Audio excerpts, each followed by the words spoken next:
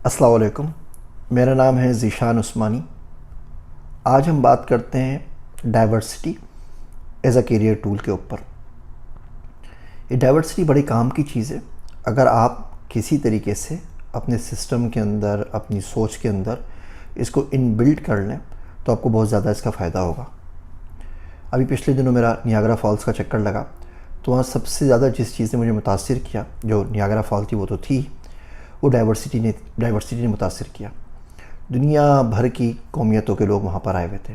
किसी को किसी से कोई वास्ता नहीं था। सब के सब आराम से सुकून से नियाग्रा फॉल देख रहे थे। अमेरिका के अंदर, कनाडा के अंदर जितनी डाइवर्सिटी मिलती है, ऐसा बहुत कम होता है कि बाकी ममालिक में मिले। यूरोप में मिलती है, बड़े मुल्कों के अंदर, छोटे मुल्कों में नहीं मिलती, और हमारे मुल्क में बहुत ज़्यादा कम हो जाती है। एक तो होती है डाइवर्सिटी ताल्लुकात की, दोस्तों की। इस पे काम कीजिए। हम में से कितने हैं जिसके पास घर के ऊपर ईद के ऊपर कोई हिंदू दोस्त आ जाए, कोई क्रिश्चियन दोस्त आ जाए, कोई पारसी दोस्त आ जाए, कोई यहूदी दोस्त आ जाए? नहीं आते। हम बिल्कुल भी बात नहीं करते। यहाँ तक कि शिया और सुन्नी जो हैं वो आपस में एक दूसरे के घरों पे नहीं जाते। यहाँ तक कि जो बरेलवी हजरात हैं, वो अहले हदीस हजरात हैं, सलफ़ी हैं, देवबंदी हैं, वो एक दूसरे ताल्लुकात नहीं रखते। जब आप एक ही नहज पे काम करते रहेंगे तो आपका जो विज़न होता है बहुत ज़्यादा मायोपिक हो जाता है।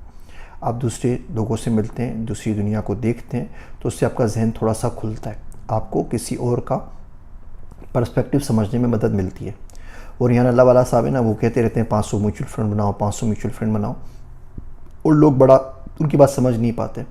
असल मकसद तो यही है, जब आप 500 लोगों को फ्रेंड बनाएंगे, म्यूचुअल फ्रेंड, वो 500 लोग पूरी दुनिया में अलग अलग जगह से आएंगे। आप उनको देखेंगे, आप उनको समझेंगे, आप उनकी टाइमलाइंस को पढ़ते हैं तो आपको पता लगता है वो दुनिया को कैसे देखते हैं, वो ज़िंदगी को कैसे एंजॉय करते हैं, उनका इन्वेस्टमेंट के बारे में क्या नज़रिया है, उनका सेविंग्स के बारे में क्या नज़रिया है। तो डाइवर्सिटी आपको बड़ी फ़ायदा पहुँचाती है। ईद आए, बकरा ईद आए, मुहर्रम आए, तो कोशिश करें एक हलीम की देग बना के आप सबको देते हैं, तो क्या प्रॉब्लम है कि आप 2 हलीम की देग बना के अपनी क्रिश्चियन कम्युनिटी को भी दे दें कि भाई हमारे पास आज हलीम पकाया, आप भी ले लीजिए। हमारे पास आज बकरा ईद आई है तो गोश्त आप लोग भी ले लीजिए। चलें, आप बकरे का गोश्त नहीं दे सकते, उनको उलमा कराम मना करते हैं, सदक़े का गोश्त दे दीजिए। या ऐसा करें कि हमारे पास आज घर में शादी हुई थी तो ये एक्स्ट्रा देंगे आप लोगों के लिए। आप आते हैं, घरों में काम करते हैं, कुछ भी करते हैं, कच्ची बस्तियों में रहते हैं, किस तरह भी रहते हैं।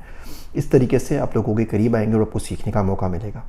बिल्कुल इसी तरीके से ये डाइवर्सिटी होती है आइडियाज़ की। आप कंप्यूटर साइंस के बंदे हैं, शायरी पढ़ना शुरू कर दें, मैथमेटिक्स पढ़ें, ज्योग्राफी पढ़ें, पॉलिटिक्स पढ़ें।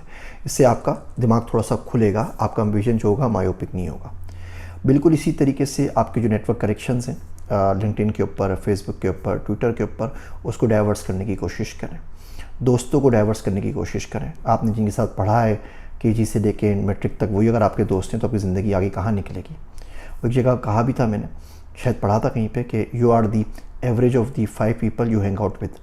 तो ज़िंदगी में देख लें कि आपके 5 बंदे कौन से जो आपके साथ बैठते हैं, तो आप उनकी एवरेज बनेंगे। अब उन 5 बंदों में मिसाल के तौर पे कोई शख्स मिलता है बिल गेट्स से, तो आप सोचें उसकी एवरेज कहाँ पर जाएगी। 5 बंदे बैठे हुए, आप ढाबे के ऊपर चाय पी रहे हो, और कोई आके पूछे आपकी एवरेज तनख्वाह क्या है, तो आप बोलेंगे मिसाल के तौर पे 50,000 रुपये महीना, लाख रुपये महीना। नाउ बिल गेट्स वॉक्स इन। अब लोग पूछते हैं कि आप 6 बंदों की एवरेज तनख्वाह क्या है, तो आपकी तनख्वाह पता नहीं कहाँ बिलियंस में पहुँच जाएगी। अब जुल्म ये है कि उसके आने से आप में से अमीर कोई नहीं हुआ, लेकिन आपकी एवरेज बढ़ गई। तो आप सोचो उन 5 बंदों में किसी के पास एक्सेस हो मौलाना तारिक जमील साहब का, मुफ्ती तकी उस्मानी साहब का, मुफ्ती सईद साहब का, मौलाना बशीर फारूकी साहब का, मौलाना अब्दुल सत्तार साहब का, किसी और अल्लाह के नेक बंदे का, तो उसकी एवरेज कहाँ पर जाएगी। तो कोशिश करें अपने ख़यालात को